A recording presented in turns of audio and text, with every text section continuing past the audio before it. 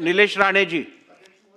अध्यक्ष महोदय, मी मंत्री महोदयांचं उत्तर बघितलं, वाचलं आणि त्यामध्ये मंत्री महोदय आपण असं सांगितलं आहे की पावसाळ्याच्या अगोदर ही सगळी कामं आम्ही पूर्ण करणार आहोत किंवा पूर्ण होतील. उत्तरामध्ये आहे पावसाळ्यापूर्वी.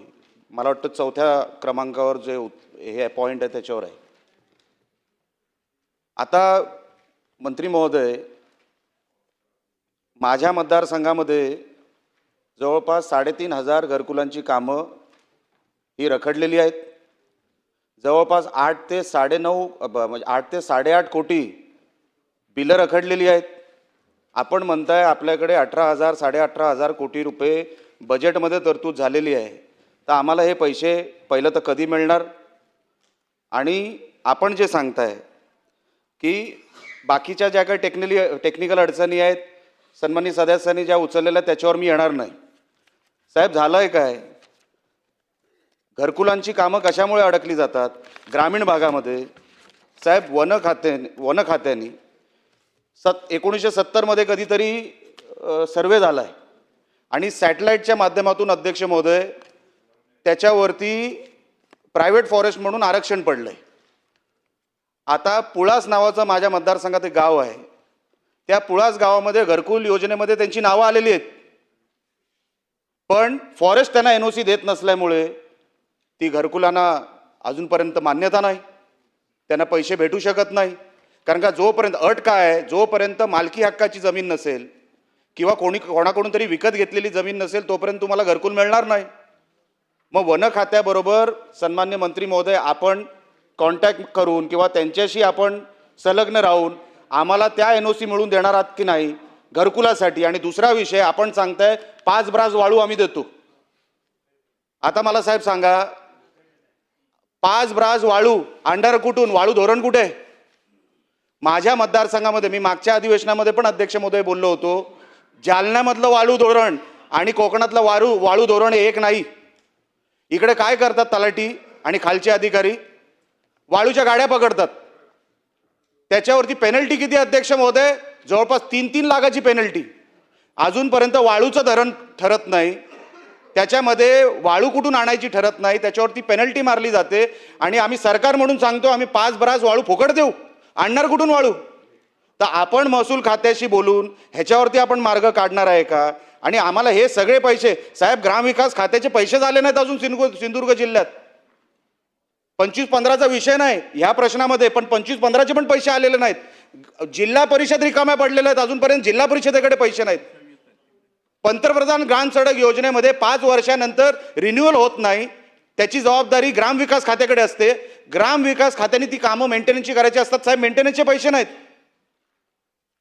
आम्ही जिल्ह्यामध्ये ग्रामविकास आणि ग्रामविकास अंतर्गत हे सगळी घरकुलांची कामं, रस्त्यांची कामं, वन विभागामध्ये अडकलेली कामं, ग्राम आणि वाळूचा हा विषय, हे आम्हाला ग्रामविकास खात्यातून आम्हाला ह्याची उत्तरं मिळणार आहे की नाही? अध्यक्ष महोदय, सन्माननीय सदस्य राणे साहेबांनी त्यांच्या मतदारसंघातल्या घरकुलाच्या प्रश्नासंदर्भात आता या ठिकाणी प्रश्न उपस्थित केलेले आहेत. पहिला तर त्यांच्या मतदारसंघामध्ये 3,500 घरकुलं मंजूर आहेत अशा पद्धतीचं त्यांनी सांगितलं आणि त्या घरकुलाच्या बिलासंदर्भातली विषय त्यांनी मांडलेला आहे. मी आदरणीय राणेसाहेब आपल्याला सांगू इच्छितो की स्पर्श प्रणाली केंद्रानं नवीन चालू केली.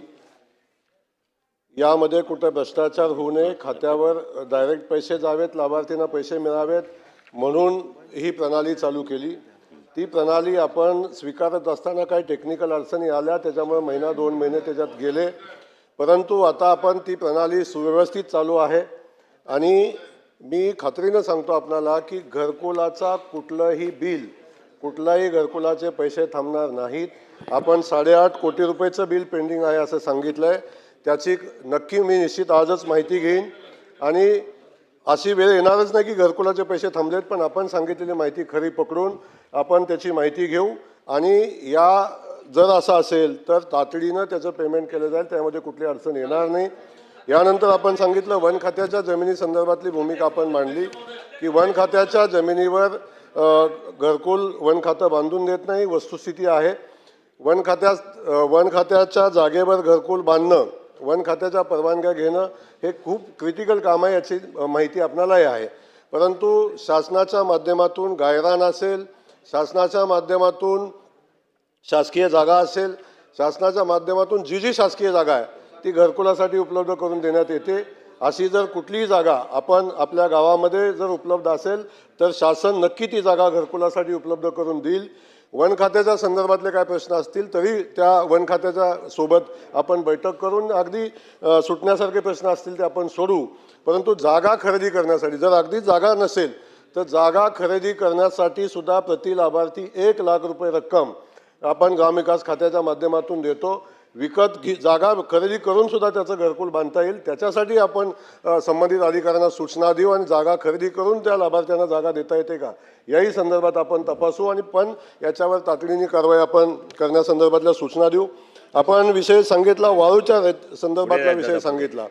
वाळूचं धोरण अगदी एका प्रश्नावर सुस्पष्ट आहे आणि या वाळूच्या धोरणामध्ये लाभार्थ्यांना 5 तास वाळू मोफत दिली पाहिजे हे बंधनकारक आहे. 24 त्यासाठी आता 24. लाभार्थ्यांना तहसीलदारकडे अर्ज करायची आवश्यकता नाही.